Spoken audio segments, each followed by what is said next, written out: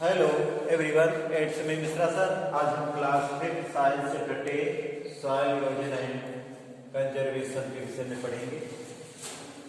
तो चैप्टर आपका 10 soil. Soil क्या होता है? मिट्टी की जो ऊपरी परत होती है, top layer. Top layer of the soil is called soil. Soil is very important for natural resource. प्राकृतिक संसाधन है आपका। It gives life to all kinds of plant, which ultimately gives food and many other material। करें बहुत सी चीज़ों को animals के लिए भोजन उपलब्ध होता है मिट्टी में से, और साथ में पेड़ पौधों के लिए भी यह बहुत ही उपयोगी है। Okay student, formation of soil, मिट्टी का रूपांतरण कैसे होता है, मिट्टी कैसे आपकी बनती है? तो ये वेदरिंग प्रक्रिया के द्वारा होती है। वेदरिंग क्या होता है? जब बड़ी बड़ी चट्टानें धूप लगने से, सूर्य का प्रकाश लगने से और अत्यधिक वर्षा होने से दरार पड़ जाती है। चट्टानों के बीच में क्या पड़ जाती है? दरार हो जाती है, ब्रेक हो जाती है चट्टानें। तब हवाओं के द्वारा वो ब्रेक जो है और बड़ा बड़ा हो जाता है, बड़े बड़े टुकड़ों में बढ़ जाता है। उसके बाद जब वर्षा का पानी होता है तो उसको बहा के ले जाता है, और आपस में टुकड़े रगड़ खाते खाते पत्थर राख के टुकड़े क्या हो जाते हैं, और छोटे छोटे हो जाते हैं, और ये छोटे छोटे पीस अंत में बदलकर मिट्टी के रूप में आ जाते हैं। तो समझ में आया? Do you understand? क्या होता है वेदरिंग प्रक्रिया, कैसे होती है? बड़ी बड़ी जो चट्टानें होती हैं, रॉक्स होता है, वो ब्रेक होता है, उसमें क्रैक्स होता है। कैसे क्रैक्स होता है? जब सूर्य का प्रकाश पड़ता है और किसी चीज में सूर्य का प्रकाश और वर्षा पड़ेगा तो गर्मी के बाद उसमें ठंडा पानी पड़ने से उसमें ब्रेक होगा, और हवाओं के द्वारा ये ब्रेक और क्या हो जाते हैं, बड़े हो जाते हैं, क्रैक्स। और इसके बाद ये छोटे छोटे टुकड़ों में टूट जाते हैं। पानी, वर्षा का पानी आता है जिनको बहाकर नदियां अपने साथ बहाकर इन टुकड़ों को ले जाती हैं, और यही आके नदियों के किनारे मिट्टी का रूप ले लेते हैं। ओके स्टूडेंट, जैसा कि आप इस फिगर में देख सकते हैं, सबसे पहले क्या बनता है इसमें से? पेबल। पेबल से क्या बनता है? ग्रावेल। ग्रावेल से क्या बनता है? पहले बड़ा पेबल, फिर स्मॉल पेबल, फिर ग्रावेल, फिर सैंड। सैंड जो है मिट्टी का एक रूप है, जानते हैं, जैसा कि आप सैंडी सॉइल आप जानते ही हैं। ओके स्टूडेंट, अब दूसरी चीज है आपकी layer of the soil, uses of the soil. मिट्टी का क्या प्रयोग है? तो मिट्टी का प्रयोग क्या है? Soil provide nutrient and water plants help them stand farming. करे किसी के चीज के लिए भोजन उपलब्ध कौन कराता है? मिट्टी। पेड़ पौधे हों या जीव जंतु हैं, उनके लिए फसलें उगाई जाती हैं। पेड़ पौधों के लिए भी उनकी जड़ें जाती हैं मिट्टी में, तो उनके लिए उपयोगी है। दूसरा, soil natural water filtration plant. करें कि ये नेचुरल वाटर फिल्ट्रेशन है पेड़ पौधों के लिए, क्योंकि ऊपर का पानी जो है इसके अंदर जाएगा मिट्टी में, तो वहां से पौधे लेते हैं। Soil change waste into useful substance. करें कि सॉयल जो है खराब चीजों को किस में बदल देता है? उपयोगी चीजों। Soil change plant and animals plant nutrient, और जो चीजें खराब चीजें हैं एनिमल वेस्ट, उनको जो है कि प्लांट के लिए क्या बना देता है?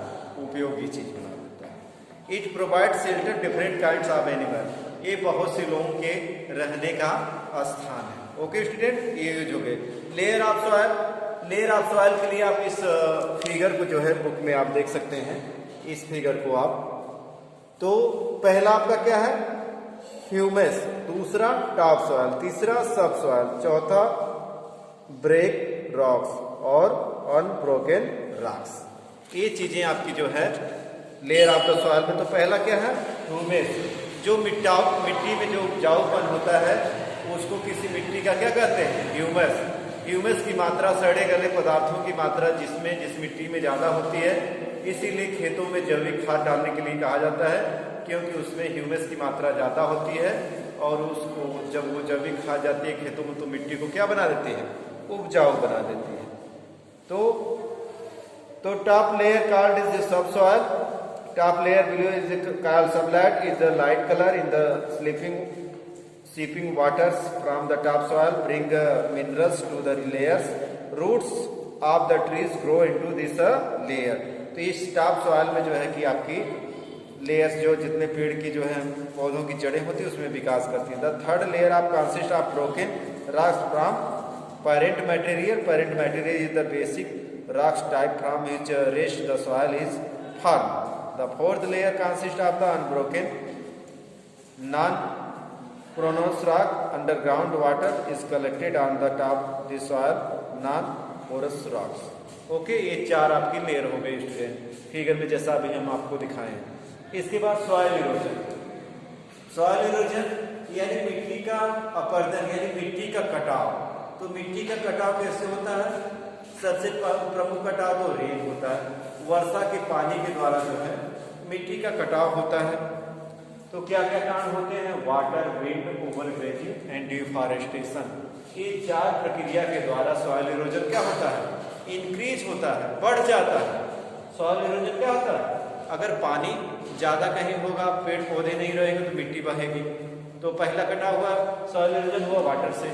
हवाओं के द्वारा भी जहाँ सैंड है, रेतीले हैं, डिजर्ट है, वहां से वहां की सैंडी सॉइल मिट्टी जो है वो भी क्या करेगी? उड़कर दूसरे स्थान पे इधर उधर खिसक जाएगी। तीसरा ओवरग्रेजिंग, जब ज्यादा मात्रा में पशु है, छोटा जानवर जो है इधर उधर घूमते हैं, वो चरेंगे घास, तो मिट्टी क्या करेगी? घास के साथ मिट्टी भी उखड़ेगी वहां की, तब भी आपका नुकसान होगा। डिफॉरेस्टेशन, ज्यादा मात्रा में आप पेड़ पौधों को काट देंगे तो वर्षा होने से वहां की मिट्टी भी बह जाएगी। तो समझ में आया बच्चों, ये चार कारण होते हैं सॉइल इरोजन को इंक्रीज करने में। अब इसके बाद है सॉइल कंजर्वेशन। मिट्टी को हम कैसे संरक्षित कर, कैसे मिट्टी को बचा सकते हैं? तो मिट्टी को बचाने के लिए हमें क्या क्या करना होगा? मिट्टी को बचाने के लिए हमें जो है बहुत सी चीजें हैं जिसके द्वारा हम मिट्टी को बचा सकते हैं। तो सबसे पहले क्या करेंगे? सबसे पहले एफॉरेस्टेशन। एफॉरेस्टेशन क्या होता है बच्चों? ज्यादा से ज्यादा मात्रा में पेड़ पौधों को लगाना ही क्या कहलाता है?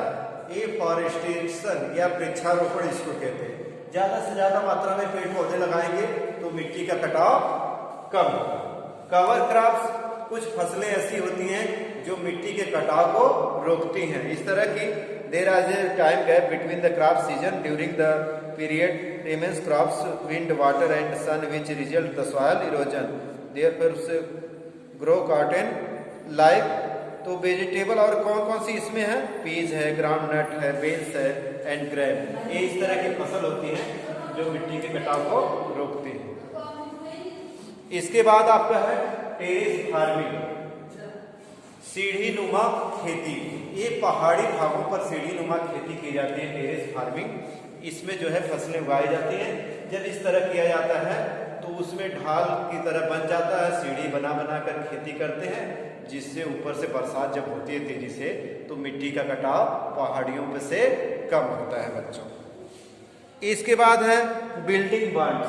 बिल्डिंग बर्न्स का मतलब in plains farmer build fence bound around their field in prevent rain water from the washing away the top soil. करे अपने खेत की चारों ओर जो है फेंस या चारदीवारी बनते हैं जिससे मिट्टी का कटाव जो है कम होता है। ओके स्टूडेंट, फिर इसके बाद है shelter belt.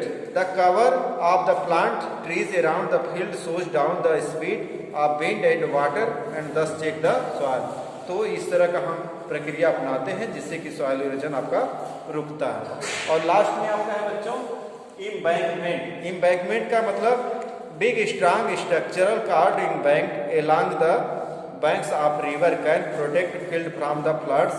These embankments prevent fast overflowing rivers rainwater from the washing away huge amount rich fertile soil। करें इस तरह की प्रक्रिया जो नदी के किनारे बड़े बड़े मजबूत चीजें बनाई जाती हैं, बिल्डिंग की कुछ चीजें कि जो वो चारों ओर से मिट्टी के कटाव को बहने से रोकते हैं। Thank you all of the student.